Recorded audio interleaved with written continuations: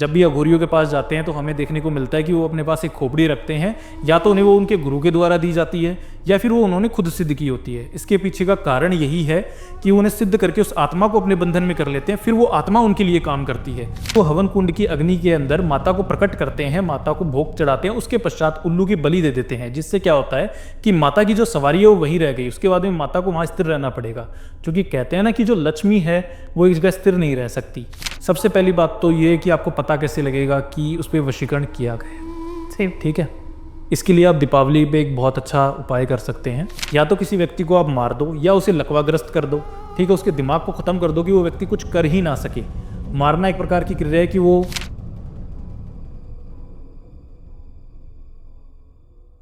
Hello and welcome back once again to the Iyer show.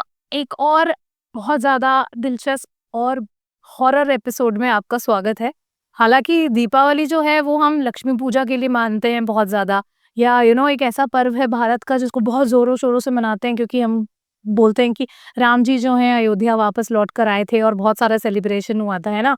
लेकिन इसके साथ ही दीपावली जितना ज़्यादा रोशनी का प्रतीक माना जाता है, उतना ही तांत्रिक विद्याओं के लिए भी काफ़ी ज़्यादा उसकी मान्यताएँ हैं, बहुत सारी कहानियाँ हैं। तो हम उसके बारे में बात करेंगे और सबसे पहले स्वागत करेंगे हमारे एस्ट्रोलॉजर सर का, जो कि हैं पुनीत जोशी सर। सर, आप कैसे हैं? जी, हम बहुत बढ़िया हैं और आपका बहुत बहुत धन्यवाद कि आपने हमें दूसरी बार बुलाया अपने प्लेटफॉर्म पे। बिल्कुल सर। पहली बार जब हमने बात करी थी तो वो भी तंत्र से ही रिलेटेड थी। लेकिन सबसे बड़ी बात है कि दीपावली में जितना हम सोचते हैं कि पॉजिटिव ऑरा एक्टिव होता है, उतना नेगेटिव भी होता बिल्कुल होता है। है ना? तो ऐसे भी हमने देखा है कि बहुत बार घर के बाहर लोगों के नींबू मिर्ची मिलते हैं, या चौराहे पर कुछ किया होता है, कोई मटका मिलता है। तो ये सारी जो कहानियाँ हैं और ये जो वाक़याएँ हैं, ये ना मोस्टली दिवाली के आस-पास ही होती हैं सर। तो सर, पहले तो अपन ये जानते हैं कि दीपावली एक्चुअली तो राम जी लौटे थे, जी। है ना, अयोध्या। तो फिर लक्ष्मी जी की पूजा की क्यों करते हैं हम? इसका कारण ये है जी कि उस दिन राम जी भी लौटे थे अयोध्या के अंदर, लेकिन उससे पहले जब समुद्र मंथन हुआ था, हाँ। तो उस समय लक्ष्मी जी समुद्र में से बाहर निकली थी, प्रकट हुई थी, और विष्णु जी का उनके साथ विवाह हुआ था। इस कारण से हम लक्ष्मी पूजन करते हैं जी। ए ठीक है। और राम जी भी उस दिन आए थे अयोध्या वनवास समाप्त करके, तो उस दिन हमारे क्या है ना, अयोध्या के अंदर दीपक जलाए गए थे, क्योंकि उस दिन अमावस्या की रात्रि थी। ठीक है। आपने एक चीज देखी हुई, जब भी दीपावली आती है तो उस दिन अमावस्या की रात्रि जरूर होती है। तो उसका कारण ये है कि अंधेरी रात को जगमगाने के लिए ही घी के दीपक जलाए गए थे पूरे अयोध्या के अंदर, कि जिससे कि राम जी का स्वागत हो सके। तो इसका दोनों पक्ष ही देखे जा सकते हैं। ओके। तो सर, अब जैसे आपने बताया कि लक्ष्मी जी की भी पूजा होती है दीपावली के दिन, है ना? जी जी। तो इसी तरीके से सर, अलक्ष्मी को दूर रखने के लिए भी घर के बाहर नींबू मिर्ची ते हैं लोग, या ये जो टोटके करते हैं लोग, हम्म। तंत्र वगैरह इतना ज़्यादा फेमस क्यों जाता है सर दीपावली की रात को? देखिए, कारण क्या है ना कि जब कलयुग का आरंभ हो रहा था, तो उस समय भगवान शिव ने जितने भी मंत्र थे उन सभी को कीलित कर दिया था, बांध दिया था, और जो साबर मंत्र थे सिर्फ उनको ही छोड़ा था कि इसका इस्तेमाल कर सकते हैं। परंतु जो दीपावली या होली के दिन होते हैं या फिर अमावस्या के दिन होते हैं, इस दिन क्या है ना कि ये सारे मंत्र हैं वो खुले हुए होते हैं। जितने भी तांत्रिक या अघोरी होते हैं वो सभी इनका इस्तेमाल कर सकते हैं, और इस दिन जो की गई क्रिया होती है उनका नाश नहीं होता है कभी भी। इसी दिन नाश हो सकता है या फिर अमावस्या के दिन नाश हो सकता है उसका। इसी कारणवश जितने भी लोग हैं वो वैदिक पूजा मान लो चाहे आप तांत्रिक पूजा मान लो, वो करने में ज्यादा एक्टिव रहते हैं, क्योंकि इस दिन जो चीजें सिद्ध हो गई वो कभी भी विफल नहीं हो सकती। ओके। सर, आपने साबर मंत्र का मेंशन जी किया जी। यहाँ पे, तो सिर वो क्या होता है? देखिए, साबर मंत्र, जैसे कि हम कह दें कि हमारे शास्त्रों के अंदर बहुत से मंत्र हैं। तंत्र के गुरु भी हम भगवान शिव को मानते हैं, ठीक है। तो साबर मंत्र वो मंत्र है जो कि साधारण मंत्र थे, जो इतने ज्यादा कठिन नहीं थे या फिर इतने ज्यादा उग्र नहीं थे। हुँ। ठीक है। इस कारण से भगवान शिव ने साबर मंत्र को ही एकमात्र ऐसी चीज दी कि भाई ये खुले रह सकते हैं, कोई भी व्यक्ति इनका इस्तेमाल कर सकता है, क्योंकि अगर सारे मंत्र बांध दिए गए तो इन सब का बंधन हो जाएगा, फिर तो इनका कोई अर्थ ही नहीं बचेगा। इस कारणवश, और बाकी जो मंत्र है जैसे कि तांत्रिक या अघोरी या फिर कोई साधारण पंडित भी जिन मंत्रों का उच्चारण करता है, हुँ। वो इतनी जल्दी सिद्ध नहीं होते हैं। अच्छा। तो सर, जैसे हम बोलते हैं कि अमावस्या की रात को जादू टोना, ये टोटके वगैरह बहुत ज़्यादा होते हैं, और दीपावली के दिन तो दीपावली को उल्लू के साथ भी रिलेट करके देखते हैं जब तंत्र की बात आती है सर। तो बिल्कुल। तांत्रिक उल्लुओं क्यों ढूँढते हैं? देखिए, माँ लक्ष्मी का जो सवारी है वो उल्लू की सवारी है। उल्लू को आम दिनों के अंदर बहुत ही ज़्यादा अशुभ माना गया है, परंतु दीपावली के दिन बहुत ज़्यादा शुभ माना गया है। आपको मैं बताऊँ, जो तांत्रिक होते हैं वो लक्ष्मी माता को सिद्ध करने के लिए कि लक्ष्मी टिकी रहे, तो उसके लिए क्या करते हैं ना कि वो हवन कुंड की अग्नि के अंदर माता को प्रकट करते हैं, माता को भोग चढ़ाते हैं, उसके पश्चात उल्लू की बलि दे देते हैं। जिससे क्या होता है कि माता की जो सवारी है वो वहीं रह गई, उसके बाद में माता को वहाँ स्थिर रहना पड़ेगा। क्योंकि कहते हैं ना कि जो लक्ष्मी है वो एक जगह स्थिर नहीं रह सकती, वो चंचल। चंचल होती है, ठीक है, एक जगह टिकती नहीं है। तो उसको टिकाने के लिए उनकी जो सवारी है उसकी बलि दे दी जाती है, जिससे कि लक्ष्मी के भंडार बढ़ रहे हैं और माता लक्ष्मी को सिद्ध कर लेते हैं। बहुत से लोग पंडितों या अघोरियों के पास जाकर ये चीजें करवाते भी हैं अपने लिए, अपने परिवार के लिए, परंतु इनका नुकसान ही देखने को मिलता है। आपको रियलिटी बताऊं तो अगर इसका हम पॉजिटिव वे में जाए, वैदिक वे में जाएं, तो क्या होता है ना कि लक्ष्मी पूजन के समय अगर हम जो उल्लू का पंख हमें मिल जाए और उसको हम सिद्ध कर लें सात्विक रूप से पूजा करके, और उसको एक लाल रंग के कपड़े के अंदर बांध के हमारी तिजोरी या फिर हमारे गल्ले के अंदर रख दें, जहां हम पैसे रखते हैं वहां रख दे, तो मैं कह रहा हूँ उस घर के अंदर लक्ष्मी के भंडार भरने लग जाएंगे, कभी पैसे की कमी नहीं हो सकती उस दिन। ओके, लेकिन सर उल्लू का पंख लाएंगे कहाँ से? वो तो देखिए जी, ढूंढना पड़ता है, जंगल के अंदर मिल जाता है। और आप एक चीज और देखिएगा, आपको ऐसे उल्लू देखने को नहीं मिलेंगे, लेकिन दीपावली के दिन जरूर देखने को मिलेगा आपको। उस दिन विशेषकर आपको उल्लू दिखेगा ही दिखेगा। और अगर उस दिन सफेद उल्लू के दर्शन हो जाए तो वो बहुत ही ज्यादा भाग्यशाली माने जाते हैं जी। अच्छा जी। सर और दीपावली से रिलेटेड कोई आपने जो देखा हो, क्योंकि आप काफ़ी ज़्यादा एस्ट्रोलॉजी और ये तंत्र बाधा वगैरह भी हटाने में हेल्प करते हैं लोगों की। तो कभी आपके पास ऐसा कोई केस आया हो जो दीपावली से रिलेटेड हो? जी, बहुत से केस हमारे पास आते हैं। जैसे कि आप मान के चलिए, दीपावली या होली का जो त्योहार है, ये बहुत ही ज़्यादा बड़ा त्योहार है हमारे हिंदू धर्म के अंदर। इसके अंदर क्या है ना कि बहुत से लोग चाहते हैं कि हमारा काम हो जाए। बहुत से लोग नज़र भी उतारते हैं और बहुत से लोग चौराहे पर जाकर कुछ ऐसी क्रियाएँ करते हैं, जो कि गलत है, जो तंत्र रूप में होती है। हमारे पास जैसे एक लास्ट केस आया था, उन्होंने क्या है कि चौराहे के ऊपर पैर रख दिया था, उस वजह से कोई चीज़ उसके पीछे हो गई थी, जो कि प्रेत बाधा थी। उस कारण से वो बहुत ही ज़्यादा पीड़ित चल रहे थे, 1 डेढ़ साल से घर के अंदर भी ग्रह क्लेश, घर का विकास नहीं हो रहा, बिल्कुल घर का नाश हो चुका था जी। तो आपको मैं बताऊँ, जैसे लास्ट दिवाली ही हमने उनका उपाय किया था। उनके ऊपर जो प्रेत बाधा थी वो किसी के द्वारा छोड़ी गई थी, अपने घर से मुक्त करके वहाँ चौराहे पे छोड़ दी गई थी, परंतु वो उनके पीछे लग गई उनके पैर रखने की वजह से। तो उस कारण से क्या होता है कि ऐसी चीज़ों से हमें बचना चाहिए। अगर चौराहे के ऊपर कोई भी चीज़ें रखी हुई है, तो हमें उस पे कभी भी पैर नहीं रखने चाहिए, उसके आस-पास से नहीं जाना चाहिए। हमारे बड़े बुजुर्ग कहते हैं कि जो चौराहे जब हमें दिखे तो उसको टाल के ही निकलना चाहिए हमेशा। क्योंकि सर दीपावली जो होती है वो अमावस्या की रात को ही पड़ती जी, है। तो ऐसा कोई उपाय हो सकता है कि घर की नेगेटिविटी को हटाने के लिए हम दीपावली में कर सकें? बिल्कुल हो सकता है जी। जैसे कि? आपको करना क्या है ना, जो घड़ा होता है उसका जो नीचे का स्थान होता है ना, ऊपर से उसको तोड़ दीजिए, नीचे के जो स्थान को जो बचा हुआ, जिसे हम कहते हैं कि स्टैंड हो गया कोई भी, ठीक है?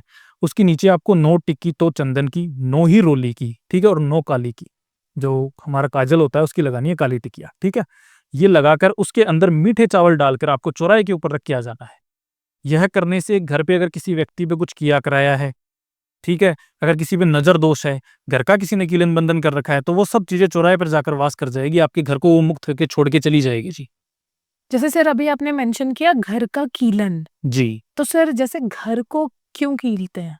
देखिए जी, घर को 2 रूप में कीला जाता है। अगर आप अपने घर को किला रहे हो तो एक सुरक्षा कवच के रूप में भी आप कील सकते हो अपने घर को, ठीक है? जिससे कि बाहर की कोई एंटिटी है वो घर में प्रवेश ना करे, किसी या कुछ किया कराया है वो हम पे वर्क ना करे, ठीक है? दूसरे रूप में घर का कीलन होता है किसी का नाश करने के लिए। इसके अंदर किसी भी व्यक्ति की मृत्यु तक भी जा सकती है ये चीज़ें। आपने बहुत सी बार देखा होगा कि जो हांडी होती है वो उड़ती हुई आपको दिख रही होगी। जो हमारे शास्त्र है, वेद है, उसके अंदर इसको मुक्त करने की क्रिया कही गई है। अगर ये आपको कहीं पर भी दिखती है, उड़ती हुई जा रही है, तो इसका अर्थ है कि किसी व्यक्ति की मृत्यु है वो निश्चित है। ओके, सर इसके बारे में थोड़ा और बताइए, मतलब ये कैसे दिखती है, किसको दिखती है? जब हम कभी यार रात को हम निकलेंगे तो 12 बजे के बाद ही ये चीज़ आपको उड़ती हुई दिखेगी। उड़ता हुआ कोई दीपक है या उड़ती हुई कोई हांडी है, वो आपको आसमान में जाती हुई दिखेगी। ठीक है? अगर आपको दिखाई दे तो उसे पत्थर मार के गिरा दीजिएगा और वहाँ से तुरंत चले जाइए। ठीक है? किसी व्यक्ति की आप जान बचा लेंगे। क्योंकि अगर वो अपने सिद्ध स्थान पे चली गई, तो उस व्यक्ति के प्राण लेकर ही मानती है। ये एक प्रकार की एक तंत्र क्रिया है। मुटकरनी किसी व्यक्ति को मारण करने के लिए ये क्रिया की जाती है। मारण क्रिया भी कहते हैं इसे। उस व्यक्ति की मृत्यु निश्चित हो जाती है, उस दिन के बाद में वो कभी भी बच नहीं सकता है, क्योंकि इसका काट है, वो इन्हीं त्योहारों पे होता है और वो त्योहार पूरे 1 साल बाद आते हैं। 1 साल के अंदर वो व्यक्ति जिए या मरे, उसका कोई निश्चित नहीं है जी। ओके। सर अमावस के टाइम पे या दीपावली में आप कह सकते हैं अमावस्या में, ऐसी और कौन-सी तांत्रिक क्रिया होती हैं जो बहुत ज़्यादा एक्टिवली देखी जाती हैं? आपने कई बार देखा होगा कि अघोरियों के पास जो हमारा सर का जो हिस्सा होता है जिसे मुंडन कहते हैं वो देखा होगा आपने बहुत सी हम्म। बार। ठीक है। हाँ, लेकिन सर जैसे अंतिम संस्कार होता है तो उस समय तो सर को तोड़ देते हैं ना। जी, लेकिन बहुत से लोग क्या करते हैं ना कि उनको इस चीज़ का ज्ञान नहीं होता और वो इसे तोड़ते नहीं हैं। इसके पीछे का जो हमारे वेदों और शास्त्रों के अंदर रियलिटी है वो तो ये है कि उसको जो सर होता है उसे तोड़कर उसके अंदर घी डाले जाते हैं, जिससे कि जो आने वाला जो जन्म है उसमें इस जन्म की यादें ना रहे, वो व्यक्ति डिस्टर्ब ना हो और उसकी आत्मा है वो मुक्त हो जाए इस संसार से और अपना अगला जीवन है वो अच्छे से जी पाए। और इसका दूसरा कारण ये भी है, जो अघोरी होते हैं ना, वो सर का जो हिस्सा है वो जो खोपड़ी होती है उसे ले जाते हैं और उसे सिद्ध करते हैं। उसे सिद्ध करने के पश्चात वो जो आत्मा है वो उसे सिद्ध कर रहे होते हैं। वो कुछ शक्ति नहीं, वो आत्मा है, उसे सिद्ध करते हैं। फिर वो आत्मा कभी भी मुक्त नहीं हो पाती है, वो उनकी गुलाम बन के रह जाती है। जब भी अघोरियों के पास जाते हैं तो हमें देखने को मिलता है कि वो अपने पास एक खोपड़ी रखते हैं, या तो उन्हें वो उनके गुरु के द्वारा दी जाती है या फिर वो उन्होंने खुद सिद्ध की होती है। इसके पीछे का कारण यही है कि वो उन्हें सिद्ध करके उस आत्मा को अपने बंधन में कर लेते हैं, फिर वो आत्मा उनके लिए काम करती है। इसलिए अगर हम अपने परिवारजनों की मुक्ति चाहते हैं तो कृपया अगर उनकी जो सर की खोपड़ी है उन्हें तोड़कर उसके अंदर घी डाल ली, ताकि वो व्यक्ति जो अघोरी है, जो तांत्रिक है, उसका इस्तेमाल ना कर सके, उनकी आत्मा को मुक्ति मिल जाए इस लोक से। ओके। और सर जैसे जिसको हम नर्क चौदसी कहते हैं जी। तो वो क्यों इतना ज्यादा इम्पोर्टेंट है तंत्र के हिसाब से? देखिए, आपको मैं पहले बता देना चाहता हूँ कि दीपावली की 5 महारात्रियाँ होती हैं। पहली धनतेरस, दूसरी हम छोटी दिवाली कहते हैं, उसे ही नरक चतुर्दशी कहा जाता है। तीसरी जो दिन होता है वो दिवाली का होता है। चौथा दिन जो होता है वो गोवर्धन पूजा का और देव दिवाली का होता है। 5वां जो दिन होता है वो भाई दूज का होता है। ठीक है? इस प्रकार 5 महारात्रियाँ होती हैं। जो नरक चतुर्दशी है, इसको आज के दिन में हम छोटी दिवाली कहते हैं, परंतु इसको नरक चतुर्दशी इसलिए कहा जाता है, जो नरक का जो राजा है यानी कि यमराज है, वो इस दिन पृथ्वी लोक के ऊपर आते हैं और हमारे जो पितृ हैं वो भी आते हैं। इस दिन विशेषकर हमारे घर की जो दक्षिण दिशा की ओर तेल का दीपक जला के रख देना चाहिए, जिससे क्या है कि यमराज हमारे घर से दूर रहे और जो हमारे पितृ हैं वो भी घर से सुख शांति से रहे, उनको कोई प्रकार की पीड़ा ना हो, वो भी घर पे आके देख के प्रसन्न हो कि हमारे नाम का दीपक है वो जलाया गया है। और इस दिन बहुत सी ऐसी बुरी आत्माएं भी हैं जो कि भटकती रहती है, वो भी घर से बाहर ही रहें उससे। ओके। तो सर अब जैसे दीपावली के दूसरे दिन ना हम काफी चीजें देखते हैं कि मटके रखे रहते हैं जी। चौराहों में। जी। तो सर वो मटकों के अंदर इतना तो समझ में आता है कि उसको नहीं टच करना चाहिए, जी। जी। लेकिन एग्जैक्टली तंत्र में वो मटकों का तांत्रिक करते क्या उसके अंदर? देखो, उसके अंदर कुछ ऐसी वस्तुएं डाल के वो सिद्ध करते हैं, जैसे कि मैंने बताया ना कि अगर कोई चीज घर से बाहर निकालनी है तो वो भी उसमें ही निकाली जाएगी। ठीक है? तांत्रिक क्या करते हैं ना, उसके अंदर कुछ मीठी ऐसी चीजें डाल देते हैं जिससे कि उस आत्मा का बंधन हो जाता है और वो चौराहे पे रख दी जाती है। ठीक है? एक प्रकार से किसी की व्यक्ति की मृत्यु के लिए या किसी के नजर दोष के लिए या किसी व्यक्ति से उसे मुक्त करने के लिए ही करते हैं। कई व्यक्तियों के घर में भी ऐसी चीजें होती है भूत प्रेत, जिसे कि मुक्त करके चौराहे पे रख दिया जाता है। ठीक है?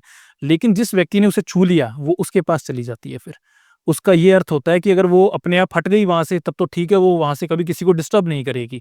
लेकिन 24 घंटे के अंदर अंदर अगर किसी व्यक्ति ने उसे छेड़ दिया तो वो उसे फिर जीवन भर नहीं छोड़ती, उसका पीछा नहीं छोड़ेगी कभी भी। सर जैसे बहुत बार ये भी देखा जाता है कि जब कोई भी किसी के घर में भूत बाधा होती है या ब्लैक मैजिक उनको ऐसा फील होता है, तो जब उनके घर पे आते हैं ना जैसे पंडित जी या एस्ट्रोलॉजर्स या कोई भी वास्तु विशेषज्ञ के, वो एग्जैक्टली वो एरिया ढूंढ लेते हैं जहाँ पे वो नेगेटिविटी की होती है या कुछ दफनाया होता है या रखा होता है। तो सर वो कैसे पता चलता है? पहली बात तो देखो, अगर कोई साधारण व्यक्ति भी किसी के घर पे जा रहा है ना तो वो भी देख सकता है कि अगर उस व्यक्ति के घर पे कुछ किया कराया है, ऐसी कोई चीज है। कैसे सर? आप किसी के भी घर पे जाएंगे तो उन व्यक्तियों को फील नहीं होगा, पर आपको एक कच्ची कच्ची स्मेल आने लग जाएगी, एक दुर्गंध होती है। आप उन लोगों को बोले कि आपके घर में स्मेल आ रही है, पर उन्हें वो फील नहीं होती है। वो घर में चाहे कितना ही रूम फ्रेशनर लगा ले, चाहे कुछ भी कर ले, परंतु वो स्मेल नहीं जाती है कभी भी। उसका कारण है कि घर के अंदर अगर ऐसी चीजें की गई हैं तो वो अपना दुर्गंध के माध्यम से ही फैलती है। जब ऐसी चीजें वास करती है ना घर में, तो हमारे घर के देवताओं को बाहर निकालती है। देवता जहां रहते हैं वहां स्वच्छता रहती है। उस घर में स्वच्छता नहीं मिलेगी जिस घर के अंदर कुछ किया कराया है। खाने में आपको बाल देखने को मिलेंगे उस घर के। आप खाना खाओगे तो उस समय स्त्रियों के बाल या पुरुषों के बाल खानों के अंदर आपको जरूर मिलेंगे। ठीक है? और पंडित जी इस प्रकार देखते हैं, अगर कोई भी व्यक्ति जाता है किसी के घर पे तो एक तो दुर्गंध के माध्यम से पता लग जाता है। दूसरी बात कि ये जो नेगेटिव ऊर्जाएं होती हैं ये अपना प्रभाव दिखाती ही दिखाती है। बहुत सी जगह अगर किसी व्यक्ति का देवगण हो तो वो व्यक्ति अगर किसी भी जगह जाता है तो उसे पता लग जाता है कि यहाँ पॉजिटिविटी है या नेगेटिविटी है, क्योंकि उसका ऑरा इतना ज़्यादा स्ट्रांग होता है। जैसे कि हमने लास्ट जो पॉडकास्ट हुआ था उसमें भी डिस्कशन किया था, ये 3 प्रकार के गण होते हैं और जो देवगण है वो बहुत ही ज़्यादा स्ट्रांग गण है। उन्हें भूत प्रेत ये कोई भी बाधा नहीं पहुंचा सकते हैं। तो जो देवगण वाले हैं वो भी जाते हैं तो उन्हें भी फील हो जाता है, और जो पंडित जी या अघोरी या तांत्रिक कोई भी हैं, इनका ऑरा इतना स्ट्रांग हो चुका होता है कि जब ये जाते हैं तो उन्हें फील होने लग जाती है कि ये चीज यहाँ वास कर रही है। हम्म। अब जैसे सर बहुत बार ऐसे होता है कि किसी पे ना पोजेशन आता है, तो ऐसे बोलते हैं जिनका मन या उनके जो गण कमजोर होते हैं, जी जी। उनके अंदर आ जाती हैं चीजें। तो या ये तो सर एक बहुत बड़ा डाउट हो जाता है लोगों का कि वो साइकोलॉजिकली ठीक नहीं है कि सच में कुछ आता है उनके अंदर। देखिए, कई बार सच में भी कुछ चीज़ें होती हैं। बहुत से केसेस में क्या है ना कि लोगों को ऐसे देखा जाता है कि साइकोलॉजी ठीक नहीं है, मेंटल हो चुके हैं, कोई प्रॉब्लम चल रही है इनको, ठीक है? परंतु उनके पीछे का कारण ये होता है कि प्रेत बाधा हो सकती है या कुछ किया कराया हो सकता है। जैसे कि मैंने आपको बताया ना, जो उल्लू होता है, ठीक है? उसमें एक प्रजाति होती है घुघु, जो कि बड़ा उल्लू होता है, ठीक है? साधारण उल्लू की साइज़ इतनी होती होगी, लेकिन घुघु की जो साइज़ होती है वो बड़ी होती है, ठीक है?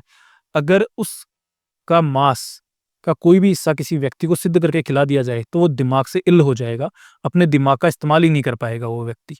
और विशेष करके अगर उल्लू का दिल और जो जीभ होती है उस पे क्रियाएँ की जाती है किसी व्यक्ति को मारण करने के लिए, किसी व्यक्ति को दिमाग को नष्ट करने के लिए। देखो 2 प्रकार की क्रिया होती है, या तो किसी व्यक्ति को आप मार दो या उसे लकवाग्रस्त कर दो, ठीक है? उसके दिमाग को खत्म कर दो कि वो व्यक्ति कुछ कर ही ना सके। मारना एक प्रकार की क्रिया है कि वो मुक्त हो जाएगा, ठीक है? परंतु जो दूसरी क्रिया है उसमें वो तड़पता रहेगा, जीवन भर हमेशा तड़पता ही रहेगा, वो कभी भी उस चीज़ से मुक्त नहीं हो सकता। और घरवाले सोचेंगे ये मेंटल हो गया, इसका दिमाग काम नहीं कर रहा है, गलत ही सोचेंगे उसके बारे में, हमेशा उसे ही गलत ठहराएँगे या डॉक्टरों के पास लेके चले जाएँगे, लेकिन उसका कारण ये सब चीज़ें भी होती हैं। अब जैसे सर हम देखते हैं कि मेहंदीपुर बालाजी में ना बहुत ज़्यादा मतलब इस तरीके की पोज़ेशंस देखने को मिलते हैं, जी, जी। जहाँ पे लोगों के ऊपर क्विंटल-क्विंटल के वज़न रखे होते हैं और फिर भी उनको फ़ील नहीं हो रहा होता सर। बिल्कुल। तो सर जब किसी का पोज़ेशन आता है किसी इंसान में, कोई आत्मा या कोई भी भूत-प्रेत लग जाता है, तो जो हमारी खुद की आत्मा होती है वो अनकॉन्शियस हो जाती है क्या? वो उस समय लड़ रही होती है, विवश होती है, वो उस समय कुछ कर नहीं पाती है। आपने बहुत से लोगों को देखा होगा, जब भी वो आत्मा के बंधन में होते हैं, उन्हें कुछ भी याद नहीं होता है कि वो क्या कर रहे हैं, क्या नहीं कर रहे। खाना बहुत खाते हैं वो, क्योंकि आत्मा रूप में वो कुछ भी भोग नहीं कर सकती है। तो जब वो शरीर में आती है, तब वो खाना खाती है, मांस, मदिरा ऐसी चीज़ों के ऊपर भागती है, गंध में रहती है, ठीक है, हमेशा ही। और जब बात कर रहे हैं मेहंदीपुर बालाजी की, तो वहाँ जब हम जाते हैं, तो वहाँ पर देखो, एक तो आपको पता ही होगा कि बजरंगबली है, उनसे भूत-प्रेत, निशाचर सब दूर रहते हैं, ठीक है? उनका तो एक प्रकार से मान लीजिए कि शक्ति ही इतनी है बजरंगबली की कि अगर उनके मंदिर में कोई प्रवेश कर जाती है कोई भूत-प्रेत, तो वहाँ की दासी बन के रह सकती है। किसी के शरीर में वास नहीं कर सकती, किसी को नुकसान नहीं पहुँचा सकती है। और मेहंदीपुर बालाजी तो बहुत ही सिद्ध धाम है, वहाँ पर जाने के बाद तो कुछ करने की आवश्यकता नहीं है, वो आत्मा अपने आप ही तड़पने लग जाती है, उस व्यक्ति का शरीर छोड़ के खुद ही चली जाती है। हुँ। अब जैसे सर वशीकरण होता है ना जो, तो उसमें भी इंसान जो होता है एक तरीके का पपेट हो जाता है ना? मतलब उनका खुद का दिमाग नहीं चलता। बिल्कुल। तो ये भी बहुत ज़्यादा इफ़ेक्टिव होता है अगर किसी पे किया हो तो? बिल्कुल होता है जी। तो य वशीकरण एक तंत्र क्रिया ही है, आपको मैं बताऊँ। वशीकरण टोटल 108 प्रकार के होते हैं। हर एक काम के लिए अलग-अलग वशीकरण है। प्रेम के लिए अलग है, व्यापार के लिए अलग है, शत्रु के लिए अलग है, मित्र के लिए अलग है, रिश्तेदार के लिए अलग है। आप किस व्यक्ति को कितना पाना चाहते हैं, इस पे आधारित है कि क्या काम आपको निकलवाना है। और वशीकरण की बात रही तो लोगों को इससे दूर रहना चाहिए, जहाँ तक मेरा मानना है। क्योंकि वशीकरण के जैसी चीज़ें इंसान को नुकसान ही पहुँचा के जाती है, जो करता है उसे भी, और जो करवाता है उससे नुकसान मिलेगा, जिस पे होता है उस पे तो डेफ़िनेटली नुकसान है ही है। तो सर ये जैसे किसी के ऊपर अगर वशीकरण हुआ हो, जी, तो वो ठीक नहीं हो सकता? बिल्कुल हो सकता है। देखो जी, ये तंत्र की एक क्रिया है, और अगर आप इसका नाश करना चाहते हैं, सबसे पहली बात तो ये है कि आपको पता कैसे लगेगा कि उस पे वशीकरण किया गया है, सिर्फ ठीक है? इसके लिए आप दीपावली पे एक बहुत अच्छा उपाय कर सकते हैं। आपको करना क्या है ना, दीपावली के दिन हम कलश स्थापना करते हैं। कलश के अंदर हम गंगा जल डालते हैं, उसके अंदर पंच धातु डाली जाती है, चावल डाला जाता है, डाला जाता है जो सिंदूर के रूप में होता है, और चंदन डालते हैं, और ऊपर जो आम के पत्ते होते हैं वो लगा के नारियल रखा जाता है, ठीक है? उस जल को पूरे घर के अंदर छिड़किए और स्पेशली उस व्यक्ति के ऊपर जाके छिड़क दीजिए। अगर वो व्यक्ति उस समय तिलमिला गया है तो उस व्यक्ति पे कुछ न कुछ किया कराया। अगर आपको लग रहा है उस व्यक्ति पे उस समय कुछ किया कराया है, तो दीपावली के दूसरे दिन ही, गोवर्धन पूजा भी कहते हैं हम, और उसे देव दिवाली भी कहते हैं। उस दिन आपको करना क्या है ना, नमक का पानी गरम कीजिए, उसके अंदर 4 लौंग, 2 इलायची और 1 कपूर की टिक्की डाल दीजिए, ठीक है? ये डालने के पश्चात उसमें गंगा जल मिला दीजिएगा आप, और उस व्यक्ति को स्नान करवाइए उससे। जब जब आप उसे स्नान कराते जाएँगे जितने दिन, उतने दिन के अंदर ही उसके ऊपर जो-जो चीज़ें की गई हैं, उनका नाश होता जाएगा। ओके। अब जैसे सर बोलते हैं कि आजकल रिलेशनशिप की सबको बहुत ज़्यादा प्रॉब्लम है बिल्कुल। और बहुत सारे मेरे पास ऐसे डीएम आते हैं या कमेंट आते हैं कि मेरी एक्स मुझे छोड़ के चली गई है, खिलाते हैं जी। प्लीज़ आप कुछ करो, रेमेडी बताओ। तो एक बार आपने एक रेमेडी बताई थी सर, वो काफ़ी पसंद भी की गई थी लोगों से। बट आपको ऐसा लगता है क्या कि कोई अगर रिलेशनशिप टूट गया हो तो उसे ज़बरदस्ती बाँधने से वो चीज़ फलेगी? देखो, प्रेम में परीक्षा देनी पड़ती है। प्रेम में तो भगवान श्री कृष्ण ने भी परीक्षा दी थी और मैया राधा ने भी परीक्षा दी थी। अगर हम देखते हैं कि पहला प्रेम विवाह किनका हुआ है, तो वो हम भगवान शिव और माता पार्वती का देखते हैं। तो माता पार्वती ने भी तो कई युगों तक तपस्या की थी, तब भगवान शिव मिले थे। भगवान शिव थोड़ी उनके लिए प्रयत्न कर रहे थे, माता पार्वती ही कर रही थी ना। तो एक व्यक्ति को अपना 100% नहीं बल्कि 200% देना पड़ता है दूसरे व्यक्ति को पाने के लिए, तभी वो प्रेम है। प्रेम को हम अगर इस रूप में देख सकते हैं कि प्रेम के लिए परिश्रम एक ही व्यक्ति को करना पड़ेगा अगर दूसरे व्यक्ति का प्रेम पाना है तो। सामने से ज़रूरी नहीं है कि 100% आपको मिले ही। हाँ, जब वो व्यक्ति आपका हो जाए उस समय मिलेगा, उस चीज़ का होता है जी, परंतु पहले प्रयत्न आपको करना ही पड़ेगा। तो सर ऐसी कोई रेमेडी है एक्स को वापस पाने के लिए? बिल्कुल है जी, ठीक है। और दीपावली के लिए बहुत अच्छी रेमेडी है, अगर आप अपने एक्स को वापस पाना चाहते हैं, तो इसके लिए आप कर सकते हैं, जो पान का पत्ता होता है ना जी, उसके ऊपर उस व्यक्ति का विशेषकर नाम लिख दीजिए, अपना नाम लिख दीजिए। अगर उसकी कोई वस्तु है, तो उसका छोटा-सा अंश आप उसके अंदर रख के, उसे बाँध करके आप मूली से पीपल के पेड़ की जो जड़ होती है, वहाँ आप उसे रखाइए या बहते हुए पानी के अंदर उसे आप बहा के आ जाइए। यह करने से वो व्यक्ति वापस आ सकता है अगर आपका सत्य प्रेम है तो। अगर आप उसे पाकर कोई इस्तेमाल करना चाहते हैं, कोई लालच भावना है, तो वो नहीं आएगा वापस कभी भी। हुँ। सर आपको क्या लगता है क्योंकि इतनी सारी रेमेडीज़ आप बताते हैं, ऐसा कोई मंत्र जो दीपावली में लोग उच्चारण करें और उनको जी, फ़ायदा जी। मिले? देखिए जी, मंत्र तो बहुत सारे हैं, परंतु आज मैं एक विशेष मंत्र आपको बताने जा रहा हूँ जो कि हेल्थ रिलेटेड है। बहुत से लोगों को बहुत सी बीमारियाँ होती है, शरीर के अंदर कष्ट रहते हैं, ठीक है? कोई भी बीमारी हो ए टू ज़ेड, उसके लिए समाधान क्या है ना, आपको एक तांबे के जो ग्लास होता है उसके अंदर पानी भर लेना है, उसके अंदर गंगा जल मिलाइए, तुलसी जो होती है उसका एक पत्ता लीजिए, वो आप डाल दीजिए और एक मंत्र का 11 बार उच्चारण कीजिए। ओम श्रीम राधाय कृष्णाय नमः। इस मंत्र का आपको उच्चारण करना है 11 बार पानी के ऊपर और उसके बाद में आपको वो मंत्र को फूँक करके आपको वो पानी पी लेना है। यह उपाय आपको 7 दिन करना है, 7 दिन के अंदर आप चमत्कार अपनी आँखों से देख लोगे। सर जैसे दीपावली में बंगाल में, उड़ीसा में, मेघालय में ऐसे कुछ मंदिर हैं जहाँ पे तांत्रिक बहुत सारी अपनी तंत्र क्रिया करते हैं स्पेशली दीपावली की रात को। तो ऐसी और भी कोई जगह हैं क्या जहाँ पे ये तंत्र साधना होती है अमावस्या पे? बिल्कुल है जी।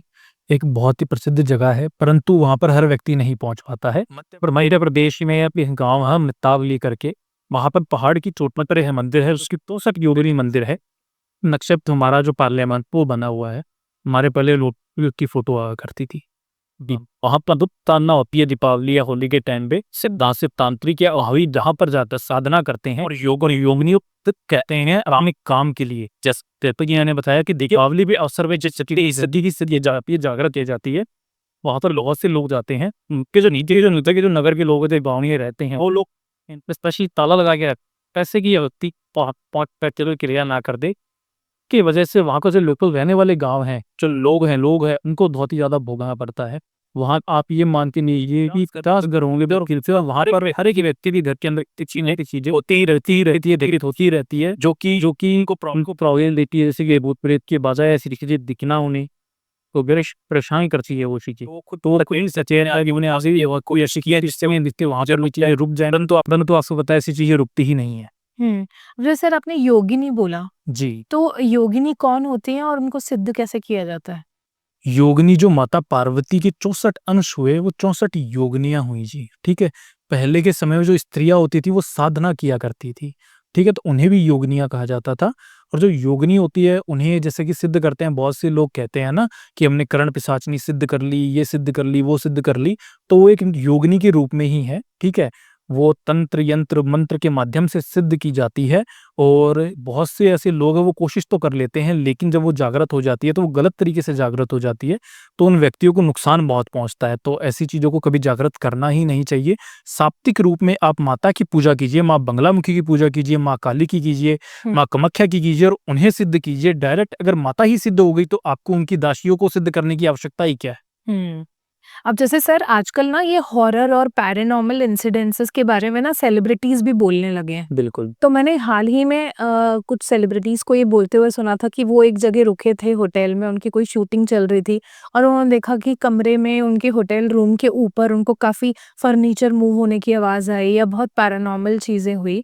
तो सर आजकल सब लोग वोकल हो गए इन सब के बारे में। तो सर कभी ऐसा होता है कि कोई ऐसी आत्मा होती है जिसके पास इतनी शक्ति होती है कि चीज़ें हट रही हैं अपनी जगह से या कोई दिख भी रहा है, तो सर ऐसे कैसे हो सकता है कि जो आत्मा है उसका तो कोई स्वरूप नहीं होता, तो वो दिख कैसे रही है फिर लोगों को? आत्मा का कोई रूप नहीं होता जी, परंतु वो एक एनर्जी के रूप में होती है और वो जो लास्ट शरीर के अंदर रह चुकी होती है, वो उसी रूप में ही दिखाई देती है उन्हें। जिन वस्त्रों के अंदर वो होती है, जिस रूप में उनका अंतिम समय गुजरा हुआ होता है, ठीक है जी? और हम जब कहते हैं कि उस जगह ये चीज़ें हो रही है, तो पहले से उस आत्मा का उस जगह पे वास होता है काफ़ी लंबे समय तक। वो हर एक चीज़ को कंट्रोल कर चुकी होती है, वो ऊर्जा इतनी शक्तिशाली हो जाती है उस एक स्थान पे कि वो वहाँ पर कुछ भी कर सकती है। आपने देखा होगा कि जो भूत-प्रेत ऐसी जो चीज़ें हैं, वो एक जगह पर ही अपनी शक्ति दिखा सकते हैं, जब हम उस जगह से बाहर निकल जाते हैं, तो वो अपनी शक्ति नहीं दिखाते हैं, हमें परेशान नहीं कर सकते हैं। अगर वो पीछे आ जाते हैं तो एक अलग बात है, अगर साथ में आ गए तो, अन्यथा वो आपको परेशान नहीं करेंगे। वो उस जगह पे हैं तो उस जगह पर ही अपना स्थान चाहते हैं और भूत-प्रेतों में इनमें एक चीज़ें होती हैं कि ये अगर अपना स्थान चाहते हैं, अगर आप वहाँ पे जा रहे हैं, तो ये आपको परेशान करेंगे क्योंकि वो उनका स्थान है, आप उन्हें डिस्टर्ब कर रहे हैं।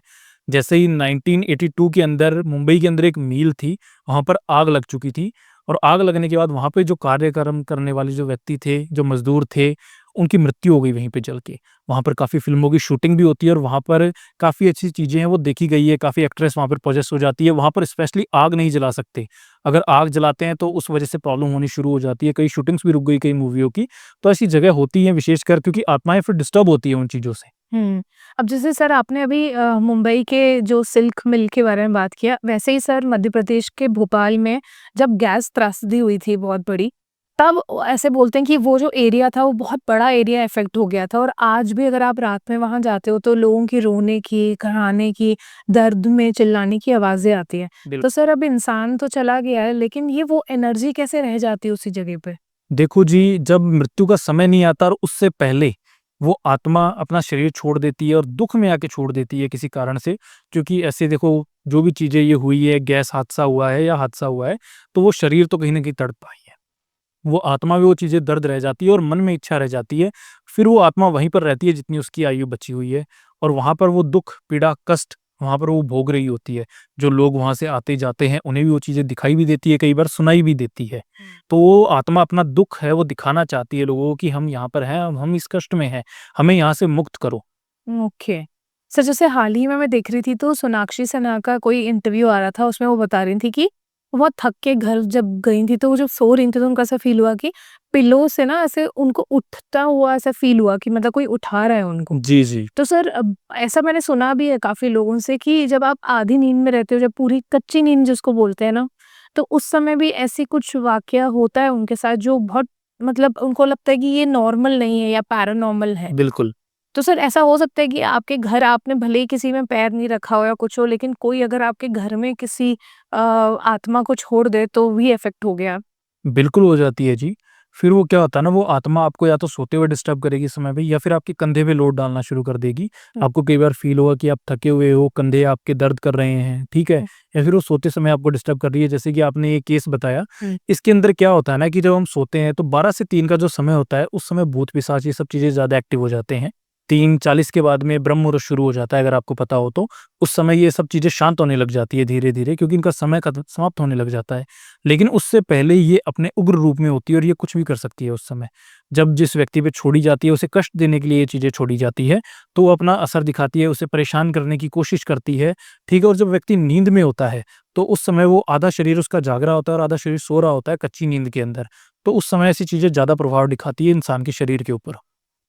अब जैसे सर जो काला जादू होता है उसमें ना मोस्टली हम लोग वो डॉल देखते हैं काली वाली, जी, जी। जिसके ऊपर बहुत सारी चीज़ों को लपेटा जाता है और आस-पास बहुत सारी मोमबत्ती रखी जाती है और एग्ज़ैक्टली आप उस डॉल के साथ जो करते हो वही एक दूसरे किसी इंसान के साथ हो रहा होता है। बिल्कुल। तो सर ये इतना ज़्यादा कनेक्शन कैसे बन जाता है कि जो भी आप डॉल को कर रहे हो वो एक जीते जागते इंसान को हो रहा है? देखो जी, इसे पुतला उच्चाटन क्रिया कहा जाता है। इसके अंदर उड़द की जो दाल होती है, उसका आटा लिया जाता है और उससे पुतला बनाते हैं। पुतला बनाने के पश्चात उसके अंदर कांच के टुकड़े, ब्लेड और कीलें डाली जाती है, उसे सिद्ध किया जाता है। सिद्ध करने के पश्चात वो सब चीज़ें जब सिद्ध हो जाती है तो उस इंसान के ऊपर असर दिखाना शुरू कर देती है, लेकिन उसके लिए उस इंसान की कोई भी वस्तु हमें चाहिए होती है। जब वो एक बार सिद्ध हो गई उसके पश्चात अगर उसके ऊपर हम सुई भी चुभा रहे हैं तो उस इंसान को दर्द होता है, लेकिन उसके अंदर भी कीलित कही जाती है कि इस स्थान के ऊपर ही उसके असर होगा। मान लीजिए अगर हार्ट पे सुई चुभाई जाती है तो वो व्यक्ति की मृत्यु होने लग जाती है, हार्ट अटैक आ जाएगा। अगर हाथ पे चुभाई जाएगी तो वो हाथ वर्क करना भाई कम कर देगा, हाथ या पैर पे करके उसे लकवाग्रस्त कर सकते हैं, ठीक है? तो ऐसी सब चीज़ें वर्क करती है और दिवाली पे ऐसी चीज़ें बहुत ज़्यादा वर्क करती है। अगर ऐसी चीज़ें हैं तो बच के रहिएगा, और स्पेशली दिवाली के ऊपर अगर कोई व्यक्ति आपको मिठाई दे रहा है, क्योंकि ऐसे समय के अंदर बहुत से लोग आपको मिठाई देंगे भी और आप भी लोगों को दे के आएँगे, और स्पेशली व्हाइट मिठाई अगर है, तो आपको करना क्या है ना, घर पे जब भी लाते हैं तो उसका एक पीस है वो घर के बाहर फेंक दीजिए आप। घर के अंदर मत लेके आइए मिठाई डायरेक्ट, ठीक है? ऐसा करने से अगर कोई चीज़ आपके साथ आ रही है तो वो बाहर ही टल जाएगी, आपके घर के अंदर प्रवेश ही नहीं कर पाएगी। ये चीज़ अच्छी बताई सर आप। बिल्कुल। क्योंकि सफ़ेद मिठाइयों से तो वैसे भी बोलते हैं कि बहुत जल्दी वशीकरण हो सकता है या ऐसे, तो थोड़ा दूर रहना चाहिए।